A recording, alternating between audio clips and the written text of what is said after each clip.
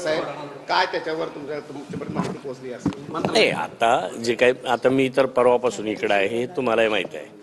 आणि काल जो काही प्रकार झाला तो तसा अतिशय चुकीचा आहे, असं व्हायला नको.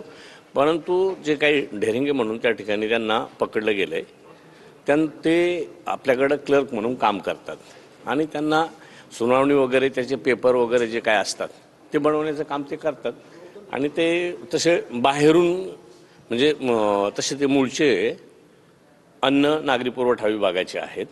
त्यांना उसनवारीवर घेतलं होतं आणि त्यांच्याकडून हा प्रकार झाला आहे. त्याला कुठेही आपण पाठीशी घालणार नाही आणि शासकीय किंवा जे कायदेशीर बाब असेल त्याचं त्याला जाब द्यावा लागेल. मेडिकल परवाना निलंबन रद्द करण्यासाठी 50,000 रुपये ज्या प्रकाराने घेतलं जातं त्याच मंत्रालयातून जिथून राज्य चालतं हे एकदम चुकीचं आहे सर.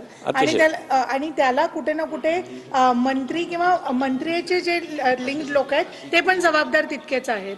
नाही, पण त्याचा क्लर्क हा म्हणून त्याचं डिपार्टमेंट तसं बाहेर आणि मंत्र्याचे PS OSD यांचा तसा काही त्याशी संबंध नाही आहे. पण यापुढे सुद्धा मंत्रालयामध्ये हे सगळं घडतंय त्याची जबाबदारी तुमच्यावरती येत नाही? नाही, आहेच ना, ती जबाबदारी आहे, नाही म्हणून चालणार नाही. परंतु ज्या प्रकाराने त्याने ते केलं त्याला कुठं पाठीशी घालणार नाही अशी मी आपल्याला खात्री सांगतो. ज्यावेळी मुख्यमंत्र्यांनी ज्यावेळी PA आणि PS ची नियुक्ती केली होती किंवा त्या सगळ्या नियुक्ती केल्या होत्या तेव्हा प्रत्येक गोष्टीचे चेक करून घेतले होते. आठवते काही लोकांची त्यांनी नावं काही दिवसांसाठी थांबवली होती. त्यावेळेस अशा व्यक्तींची क्रॉस चेक झालं नाही असं म्हणायचं का एका प्रकारे आपण? तसं तिथून त्यांचंही जे काही आपण उसनवारीवर घेतो त्यावेळेला त्यांच्या डिपार्टमेंटला जाऊन डिपार्टमेंटकडून आपल्याकडे येतं तर त्यावेळेला ती चेकिंग होतच असते. परंतु त्याचे पूर्वीचे काय गुण होते ते काय आपल्याला सांगता येणार नाही. मुख्यमंत्री महोदयांनी PS OSD जे काही मंत्रालयीन स्टाफ आहे त्याच्या संदर्भात खूप बारकावी करूनच माणसं दिलेली आहेत. यापूर्वी त्या संदर्भातच्या काही गोष्टी तुम्हाला नजरेस आल्या होत्या का? काही तक्रारी मिळाल्या होत्या का? नाही, कधीच तक्रार तशी त्याची आली नव्हती.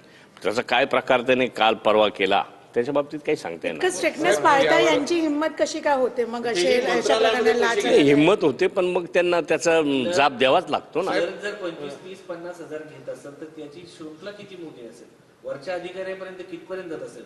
नाही, 50,000 रुपये हे तसं त्या प्रकार व्हायलाच नको. कारण 50 हजार रुपये घेऊन आणि आज एवढी मोठी पोस्ट आहे, क्लर्क का होईना, तो एक गव्हर्नमेंट सर्वंट आहे, त्याला 50,000 म्हणजे फार झाले असं माझं मत नाही. पण त्याने असं चुकीचं करायलाच नको ना. जेव्हा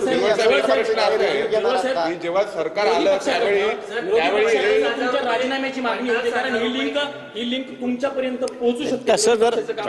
तसं जर माझ्यापर्यंत येणार असेल, हे जर प्रूव्ह झालं तर मला ते करणं हे राहील, माझी जबाबदारी राहील.